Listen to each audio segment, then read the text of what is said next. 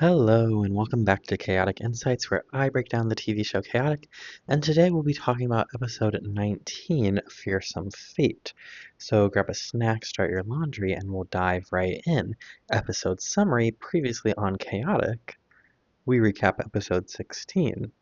Then we have Tom playing his first battle back since his break, and he's going to use his new Maxor scan, but something's wrong. Maxor's courage is almost gone.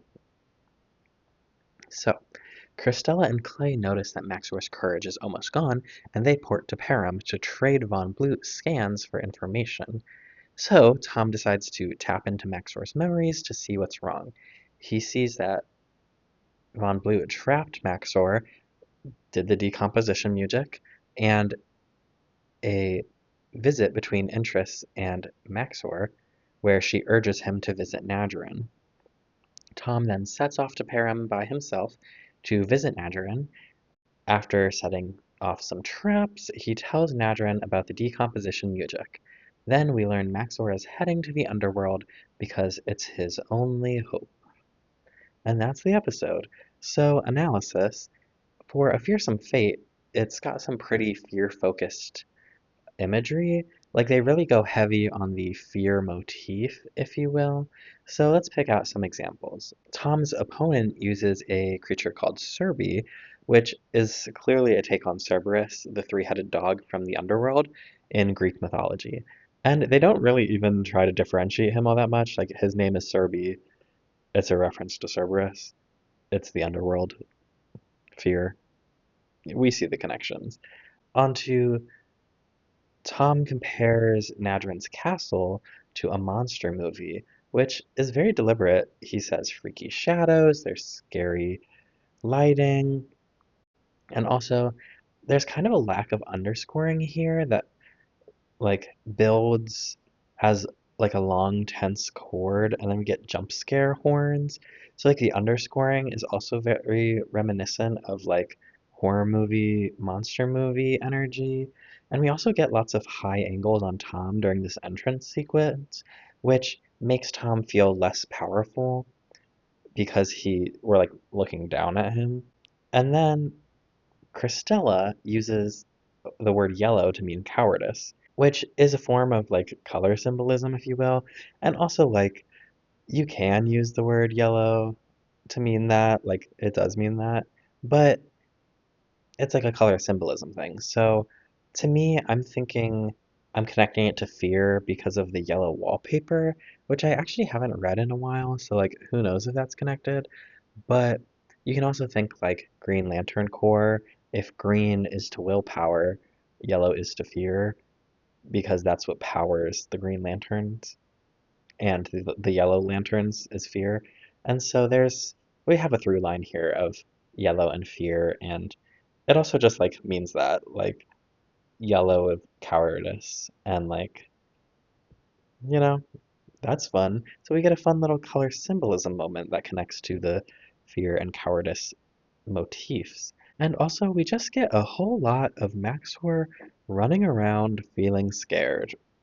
You know, whether it's in the Drome or in Param, we just get a lot of Maxor feeling scared. Plain and simple.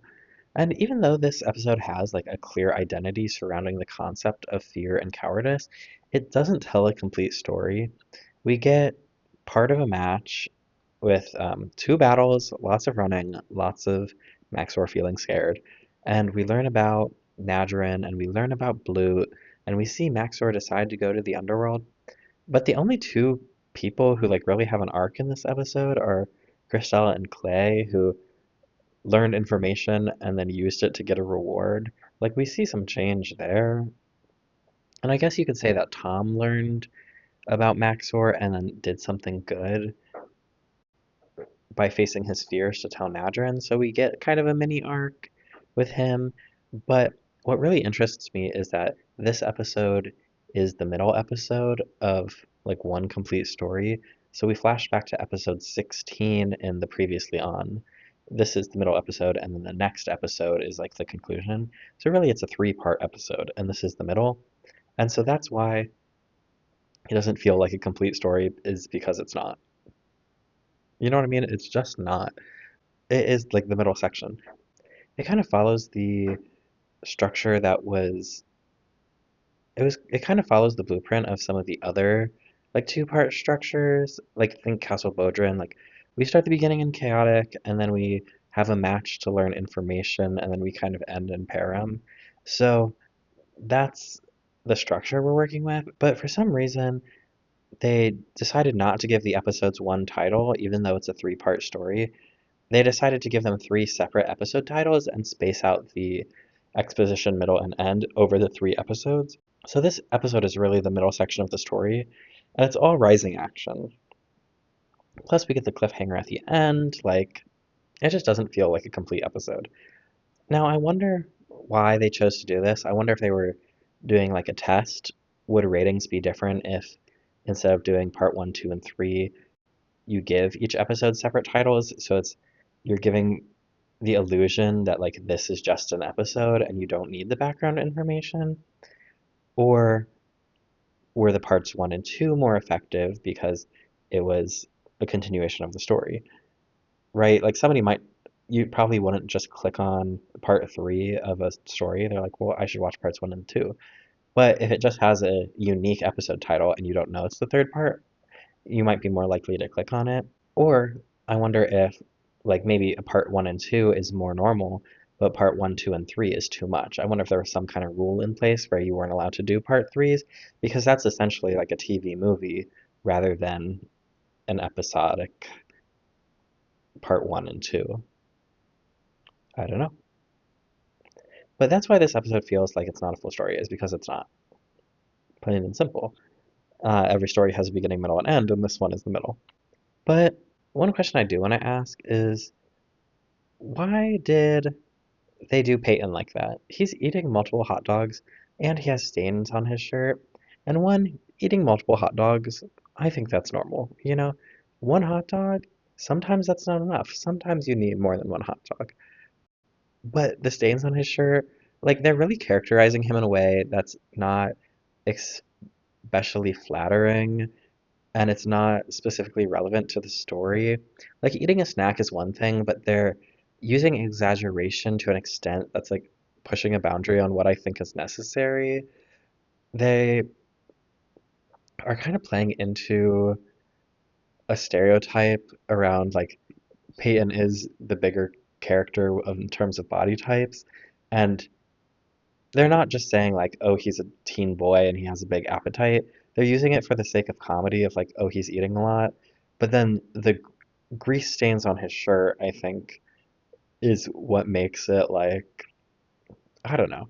There's just something that doesn't sit right with me about like why are they using it for comedic effect, and why specifically Peyton? These are questions that I have. And I fear I know the answers to them, which is like they're just kind of being fat phobic. So I think that doesn't sit completely right with me, but they do it anyways, and it's in the episode. So that's kind of unfortunate. On to lore. Let's talk about Nadrin. So I have two things about Nadrin. First, Nadrin says, "This is the second time I've saved your life. Don't expect a third." Okay, that eats. In this episode, Nadrin is kind of standoffish. He is disdainful towards chaotic players and their scans, and of course, from season three, we maybe come to understand why he's disdainful towards chaotic players. No spoilers right now, but let's say I love how Nadrin doesn't introduce himself to Tom. Tom always introduces himself to Nadrin, and they've already met in episode one briefly. That was the first time Nadrin saved his life. And nothing contradicts the information that we learned in season three from either of these two meetings, right? We don't get any anachronisms or we don't get any information that negates what we learn later on. It all kind of gels into one big story, which I think is a perk of being a chaotic fan, is that like the rules of the universe have just kind of always been in place. and they just go to further explain them down the road. That's what I'll say about that. But they've already met in episode 1, and everything gels. This is the second time I've saved your life. Don't expect a third. Nadrin, why are you saying it like that? But ultimately, Tom wins over Nadrin by being bold enough to walk into his own in order to save Maxor. And Tom is starting to earn Nadrin's trust through this event because Tom is like, what can I do? And Nadrin is like, you've already done enough. And not in a condescending way. It's more in like a thankful way. Like, thank you for coming to me with this. You did the right thing by giving me information because now we can move forward with a solution kind of thing. And so this is just a moment. This is just a moment where we get to see them connect. And now my second thing about Nadrin, we get freaky wizard magic. Freaky wizard magic. So Nadrin is this powerful magician, we know this, and he has wizard powers. Okay, cool. That shouldn't seem that unusual in a world where, there are literally attacks. How is telekinesis any different than, say, Arbor Smash or Ember Swarm? I don't really know, right? I don't know the laws of this universe, but nobody else has these powers except for Nadrin, so I think that makes them unique somehow. But we see him use telekinesis, levitation, teleportation, and mind reading, and then, spoiler, in the next episode we see him send a message in a blue void. Right, we get a lot of powers that normal people don't have. But the freaky wizard magic seems special. It seems special and unique to Nadrin because he's the only one who can do them. He's the only one that we've seen have this power. And so I think that really establishes him as knowledgeable and powerful. And it just sprinkles in some world building that, being tapped into music, it has power there, and being a musician maybe gives you freaky wizard magic. But the thing that really astonishes me the most is the mind reading. That's really a new thing because it is a reversal from what we normally see. For example, Tom in the chaotic battle taps into Maxor's memories. He goes, I'm Maxor right now, let me tap into his memories. Direct quote. It's not a direct quote. Tom is able to access a creature's memories when in the drome. So this is a reversal of that. Of Nadrin is able to access a player's memories in Param. That's crazy and unique. That's just mind reading. And how does that happen? So it's interesting for multiple reasons because it's unique and powerful, and also that it's this interesting narrative reversal. Now, on to fun facts and other notes. The vine snare attack comes with leaves on the vine. That's fun. If you need some leaves, just do a vine snare. My favorite line of this episode is the collector items line of, you know, you might have a collector's item on your hands. That might be the last scan of Maxor ever. Or whatever that line is. I didn't write it down, but that's the vibe of it. I think that's my favorite line. I think that's pretty clever. And then also, I thought some comedy in this episode came from we get a zoom in onto Fire King's code bubble, aside technique, and he doesn't really say anything. He just kind of gives a look, and I think that's so funny. But my final thoughts of this episode is it's fine. It's not super memorable, it's not super emotional, but it sets up the next episode, and basically, part 1 and 2 aren't my favorites, but when we come back to part 3, well, you'll have to see what I think about part 3. Especially, this is such a, turning point for the series, I think. It really concludes our first overarching narrative. I think it's interesting that, they space it out the way they do. Why is it episodes 16, 19, and 20? They put what, 3 episodes, 17, 18.